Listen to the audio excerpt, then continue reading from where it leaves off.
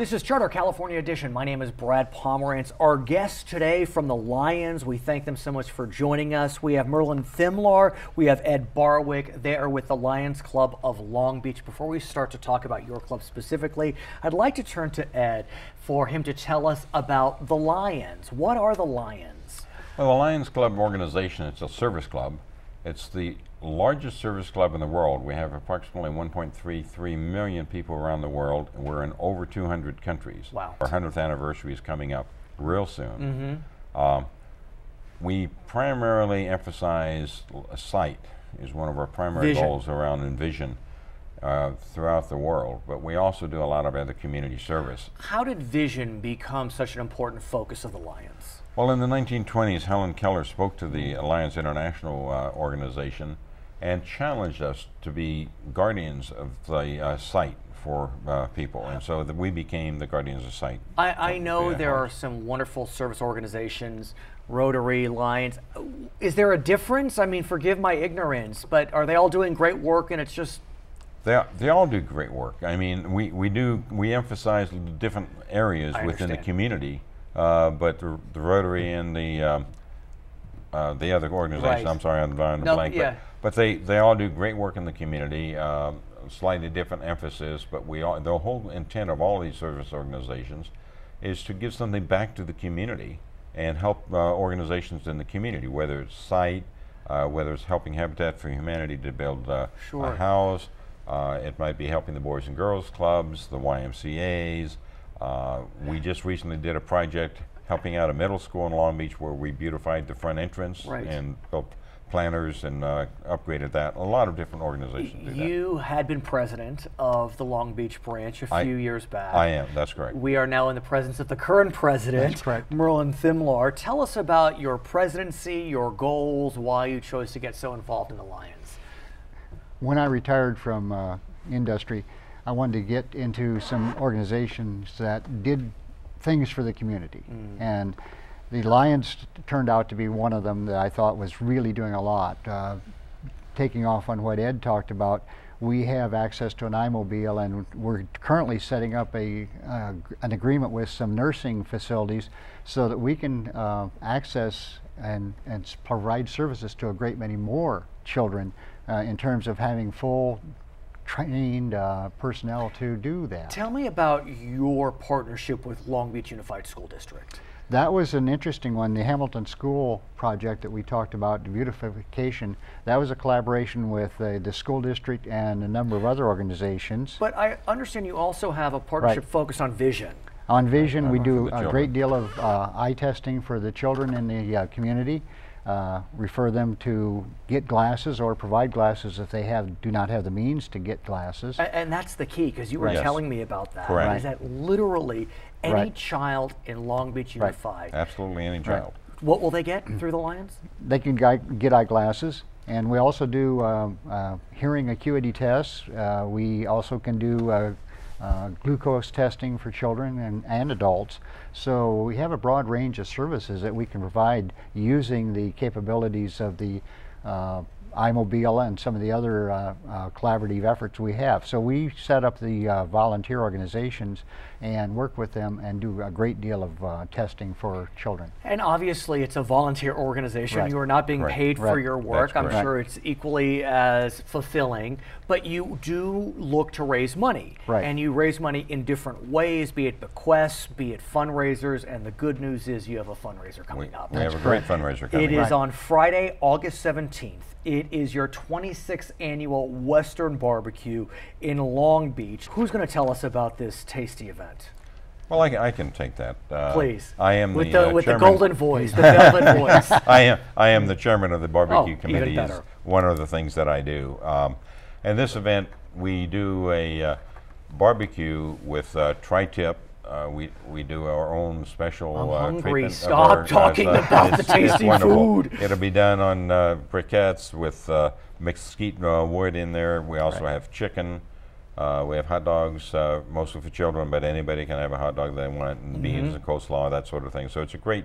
And then this will be the third year that we have brought in the back I'm sorry. Is it the band? The Is that what you're talking about? yes, The back home. C&W band? The Back Home Country Western Band. This is the third year we've had them, and they're a wonderful band. It's That's a right. live band, fabulous performers. They'll be there for dancing and for music. They just do a great job for us. We also have raffles there where you can come in and raffle off items. We have a first prize of $400 cash first prize. That's for nice. people that buy tickets to come in. Do people donate that back often? I've been to events where the winners will That donate occasionally back. happens. Yes. That is not unusual. Right, Right. which is so very nice Well, in so many but, ways. you know, as Merlin was saying, you know, we all are members of the organization because we want to give something back to the Right. community, and those of us that are, you know, we are fortunate enough that we can Of give course. something back to the community. How do we attend? Is there a website? How can we buy tickets? There's a website, Please. longbeachlions.org. Literally spelled all the way out. Yes. Right. Uh-huh. And you can go there and get information. You can buy tickets at the door. Which, by the way, are quite reasonable. $20 $20 for $20 for adults adults. and $10 for children. Right. And under 5, they're free. What else can we find out on the website if we want to get involved in the Lions? By the way, is the Lions, is it focused upon men, or is it a male No. service organization? Or No. About, and I'm not sure of the date, about 15 years ago, we had lionesses and we had lions. Okay. But about 15 years ago, we opened it, and now we have lions. I understand. And my wife is a lion. She's, Of course she is. Right. And we have had 4 presidents of our downtown lions that are female. So how can we get involved? If we want to either go to the event, we want to join, what's the process? If you go to the website, there's all kinds of information about the Lions and about our club in particular, but there's also links to the international sites. Right, regardless of where you live, by the way. Anywhere in the world. Right. That's Literally anywhere in the world. You had mentioned to me that just in the Long Beach area there are 5 clubs. Correct. Right. And then in the district, there, 42 in our district. and is the district Southern California essentially? or- No, No, it's just part. Los Angeles and North is a different district. We're basically east of Los Angeles, but within LA County. So it's it's San just- Gabriel Valley, That's stunning. Long Beach area. Do you know how many in California? I do not. We Hundreds? Yeah. several hundred, and Right. we have a couple of people in our club that have been council chairman for California, but I nice. did not do that. So I don't know how many clubs we have in California, but quite a few. In fact, I was just up north in Bernie, California, Uh-huh. and while I was up there, they had a pancake breakfast, a fundraiser for them up there. And so my wife and I joined the That's nice. Bernie Lions for the pancake breakfast. That's nice. I want to get a sense from you as we think about the barbecue and how we're going to attend the barbecue on August 17th, what your involvement does for you and how you're gratified by it. Let me answer Please. part of Let that. me take that. The Hamilton Elementary School, the beautification project, Right. just to pick one there. The children were involved. I went there several times and worked with them. And they actually designed some of the stepping stones, and they're actually placed out there. They worked on cleaning up the site and so on, to this point where that school probably will be starting a Leo's Club, a Young Lions Club. Oh, there is one? Yeah, in this fall, in September. It's nice. Because the children were so excited about, and the parents, about the improvement to their neighborhood, to their school. And so to see that happen, to see them involved, to want to be more involved and give back was great. What about for you, Ed? Well, similar type of experiences. I could talk about Hamilton, like you said, bringing the local school community together is just, it's amazing what you see. But also some of the programs I briefly mentioned, Habitat for Humanity. We have had the opportunity to work for with Habitat for Humanity to build a couple of houses. And the gratification you get to see some people that can buy a house and move in and have their own house. It's just spectacular. I want to thank Merlin and Ed for joining us from the Long Beach Lions. My name is Brad Pomerance. Don't forget, August 17th, Long Beach Lions Barbecue. I'm Brad Pomerance. Thanks for watching Charter California Edition. What was the leading cause of blindness in the world? Cataract, glaucoma, trachoma, or vitamin A deficiency? Cataract, a loss of the normal transparency of the crystalline lens due to opacity, is responsible for half of all blindness in the world. Welcome back to California Edition. I'm Brad Pomerance. Thank you for joining us. We are joined by Margaret Arbini Madonna. She is the CEO of the American Red Cross in the greater Long Beach area. And when I say greater, I mean greater because you have expanded. Tell us about the expansion of your region. Well, we now cover 21 cities, the two ports of Los Angeles and Long Beach, and the island of Catalina. And I must offer you a congratulations. You recently became the CEO of this now expanded region. How has it been for you? It's been wonderful and scary and fabulous and intimidating. It's been wonderful. Now, just to be clear, the American Red Cross, in my mind, correct me if I'm wrong, has two functions. Disaster preparedness and kind of, can I call it the blood side? You can call it the blood side. And I am so glad you brought that up because there's actually 5 things that we do. Oh, see, there you have it. What do I know? Yeah, 5 lines of service. So we have disaster preparedness, which is a wonderful thing, and we have disaster response, which is emergency response. Okay. Then we also do, which was our very first mission, is service to the armed forces. Remember Clara Barton How can I forget? Of course. Civil War? Yeah. She wasn't a personal friend of yours. Right. No, but I know the name. You heard about it from your mom, course, right? Yeah.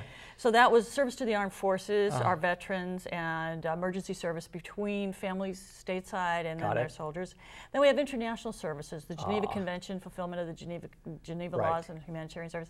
And then we have preparedness, where we keep you prepared, and it's one of the things I hope we're going to talk about today. Well, it is, and that's why you're here, is Prepare SoCal. Yeah. And I do want to talk about, I spoke with one of your colleagues recently from the San Gabriel chapter, and it is clear that the Red Cross in this area is really looking to bring awareness to preparedness. And I think it makes a lot of sense in light of what happened in Japan with the Fukushima earthquake. And we see they did a lot of things right, a few things wrong. So let's talk about this new campaign called Prepare SoCal. You can get more information at preparesocal.org. Right, absolutely. Prepare SoCal has actually 3 goals. Number 1 is to make sure that you personally are prepared in your own house. So that you're ready to shelter in place, stay in your home with food, prescriptions, non-perishable food, those kinds of things, so that you are okay in your own home for 3 to 5 days. And I want to really talk about that because 3 to 5 days is a long time if you think about it, because we could live without food. Yeah. You really can't live without water. That's right. And so it is so pivotal that you have enough supply of water for that up to 5-day period. Because is the view after 5 days, it's likely help has arrived. Help is on the way. Yeah. I mean, look, even in Katrina, the worst response, and they wound up getting there in 5 days. You bet. So how much water does that mean then?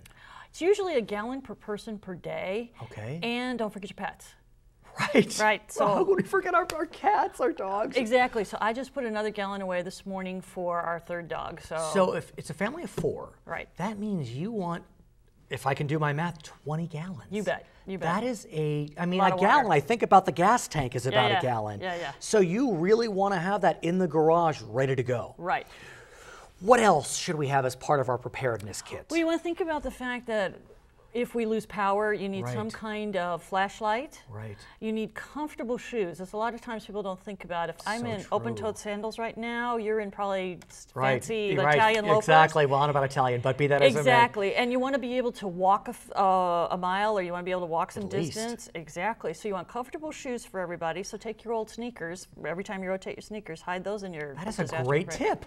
That is a great tip. Old sneakers. Old sneakers. That's good because they're well worn. Exactly. And why throw them out? Exactly. Or you could donate them to the Red Cross. Goodwill. Well, we probably to Goodwill. Forget it. Okay, keep going. I'm digressing. So you got the flashlights, you got the old sneakers, you got some non-perishable food that your kids like. If you have kids, you want some granola bars. Some non-perishable food. Do you want canned? Can, but you want to check the bottom of it and see what the expiration date is. That's fine. As long as you rotate, when you rotate the batteries on your smoke detector, you rotate the batteries in your flashlight, and you rotate your water in your disaster preparedness, just look at the bottom of the can. How often do you have to rotate your water? I do it every year. This is such great advice. I hope you're writing this all down because this is terrific. Or you could go to preparesocal.org. And it's there for you. All these are there for you. And prescription drugs, as you mentioned. Exactly. That's huge. And your glasses, when you rotate your old glasses. Anything probably also, if you have kids, you want to put something in there so they feel safe. So I have a grandson, so I put books, and I've put one or two of his old favorite toys in there. Blankets? Blankets, pillows, anything that if they said, Brad, you have to evacuate now, there's a fire coming up the hill towards your house.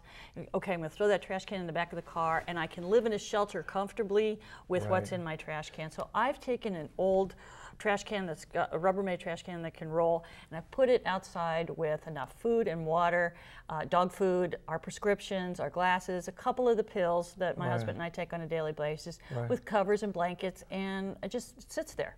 It's fantastic. Okay, let's talk about the neighborhood, though. Okay. Because it is so critical, if you think about it, that if help cannot get there as quickly, that the community come together. Right. It takes a village, and in that village, it's your immediate community. You bet. Talk to us about neighborhood preparedness. There's a wonderful program that most cities have now. It's called CERT. CERT. CERT, right. And there are, some of your neighbors are probably already CERT trained. I know there's a huge CERT training program in both Lakewood and Cerritos, and those are people whose primary responsibility is to walk the neighborhood after a disaster and make sure that the lady who lives next door who had a stroke is okay, the guy who lives across the street who's on a cane is okay. And so we are partnering up. There was a misperception that we were competitive with CERT in some places, but we're certainly not.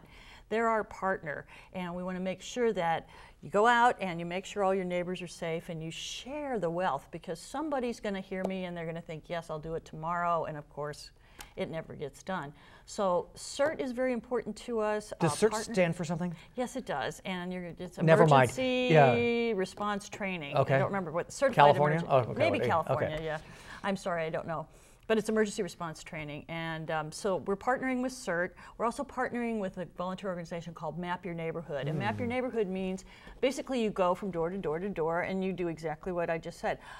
Brad, how are you and your wife and your kids? Do you need any? And there'll be, so that you have in your map who's on a cane, who's on a wheelchair, before who the doesn't fact, before the the emergency. fact, right? So that's so the first goal is personally Personal. prepared. Second one is neighborhood prepared. Exactly. Third goal is corporate preparedness, small Explain businesses and large businesses. So for every $1 you invest in preparedness beforehand, you save $4 in mitigation afterwards. So this is a business here. Right. And if we're prepared and we're ready to go and things are set up so that in the midst of an earthquake, and this is where Japan was so good, it wasn't the earthquake that caused them damage, and it wasn't the earthquake that caused loss of life, it was the aftermath of the tsunami. So if you have small things like anchoring your telephone or your television to the wall, making sure that you have the right, there's things that call museum glue that puts your... Sure, of course. So when you have a training plan, you know the escape route, you have who's going to call who. If there's a disaster, you're at work right now. Right. Who's going to pick up the kids? Who's going to call your wife? What if the kids are at school? Exactly. You need to know the plan at your kid's school. You need to have a plan with your. It's a simple conversation. But if you own a business, correct, large or small, I remember maybe 20 years ago, my parents owned a pharmacy in Malibu, and there were the Malibu fires. Right.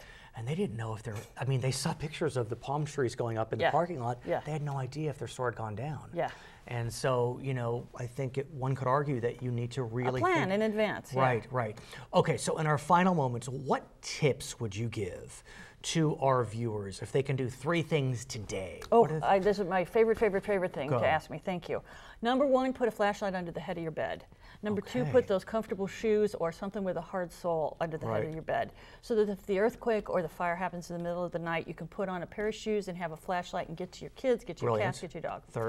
Third thing is put something in your car, because if it happens while you're out, you need to be able to walk, you need to have some water, you need to have some granola bars, what have you. That's a great point. Do that like that. It doesn't cost a lot of money, and a bottle of water in the bottom of your car or in the trunk of your car.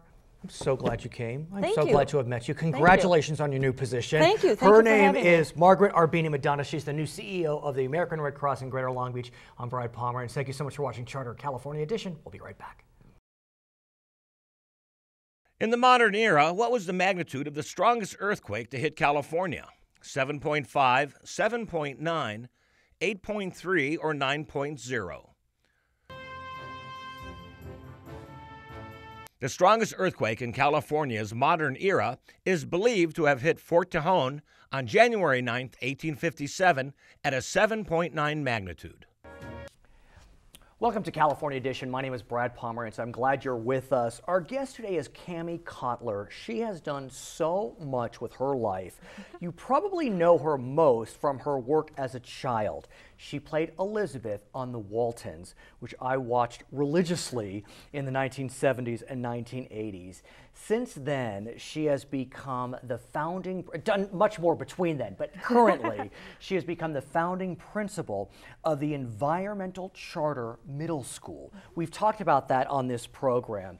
We're also going to speak with Cammie about her upcoming appearance at the California Women's Conference with the Walton Women, as well as a Waltons reunion coming up in September. So good to meet you. I feel like I know you already. I grew up with you. I know, it's one of the perks of being on the Waltons. Absolutely. I think I told you I interviewed some of the Sound of Music children, so you know we all grew up together. Yep. Let's talk about the charter school first. Sure. Charter movement, very large in California. How did you get involved in the charter movement? I got involved sort of accidentally. I was a teacher, and I was looking, you know, on the website that has all the teaching jobs for an interesting position, and I stumbled onto a position at this brand new charter school called Environmental Charter High School. Right. And then when my son was little, he was going to the very good public local elementary school, but just not happy. And so I started looking for alternatives for him, and ended up meeting some parents who were starting a charter elementary, a K-8, right, not too far from where I live, and ended up helping open Ocean Charter School. Right. Oh yes, I know it. And then ended up being one of the founding co-directors there. Just, it was early days of the charter school movement, so there really weren't that many people around who were qualified to run a charter school. I certainly wasn't, but yet I was there. Somehow, some way. And it was a new enough field, and a supportive enough group of people. We were really fortunate with our founding parents that we were able to get it up and running, and it's a flourishing school right now. So where is it? Ocean Charter is on the west side. And what about Environmental Charter? Environmental Charter, which is what I'm doing right now, is we're located in Inglewood. Right.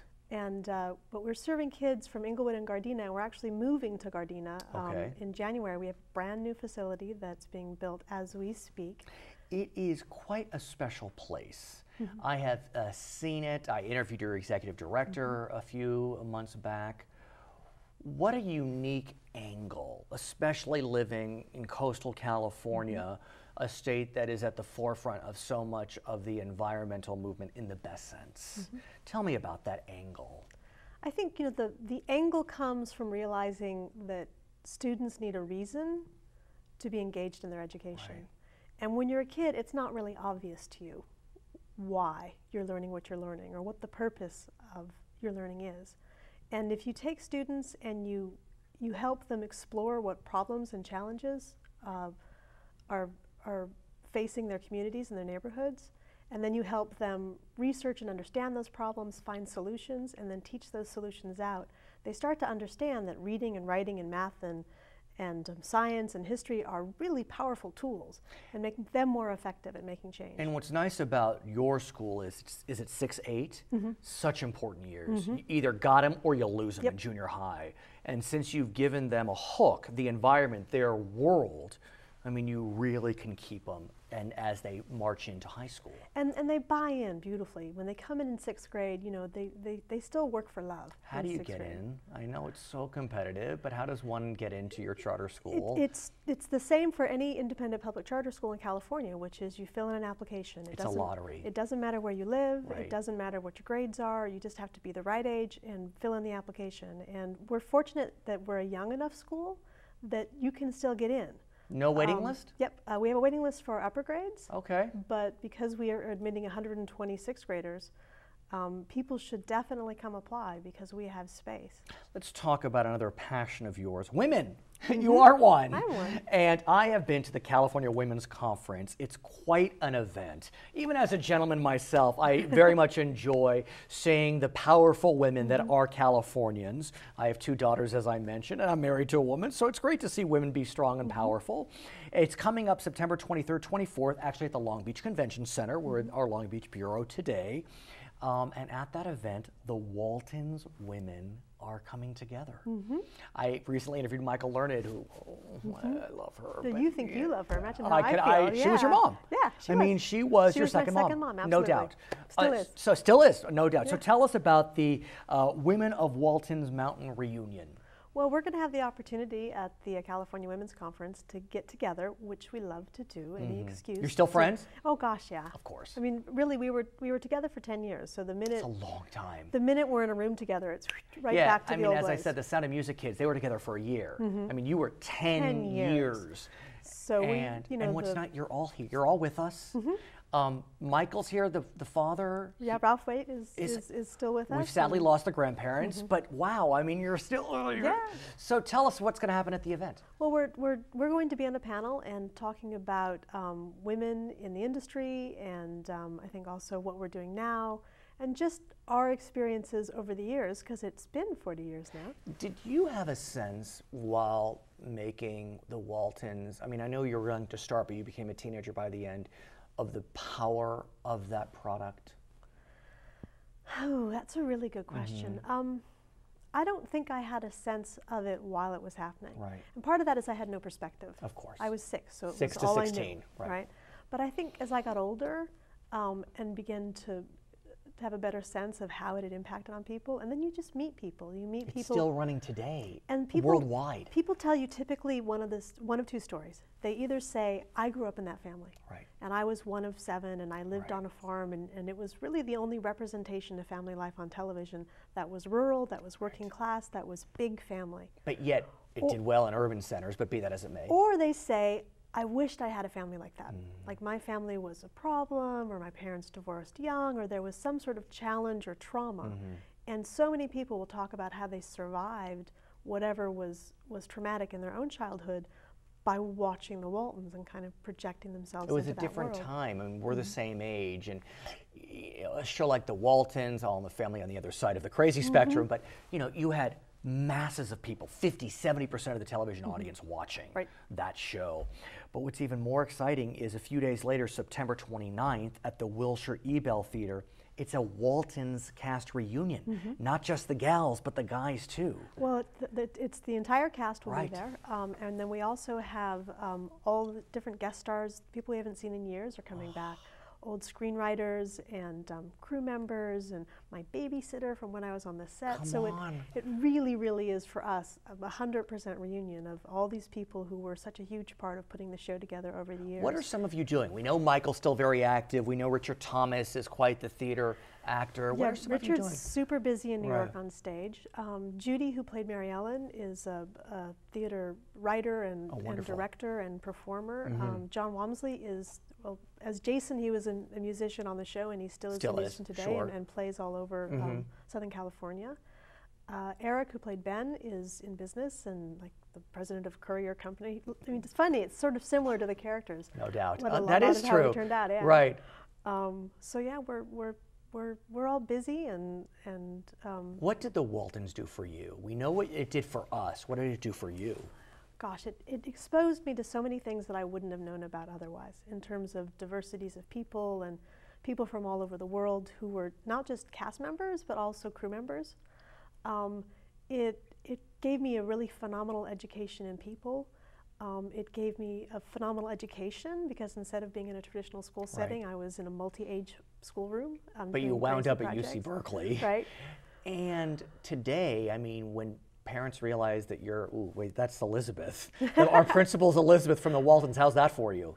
It's fine. When I was teaching, it was fine also. I think that the role of teacher and principal are so archetypal that people get over. I always say, if Katy Perry became a high school teacher tomorrow, it'd be 3 days before they'd be like, oh, Miss Perry gave me so much stupid homework. I love it. I love it. Thank you so much for being so active with children's lives, with the environmental movement, with the women's movement, and just providing so much joy and love over the 10 years on the Waltons. Her name is Cammie Cotler. She is principal, teacher, mother, everything on Brett Pomerance. We'll be right back on California Edition.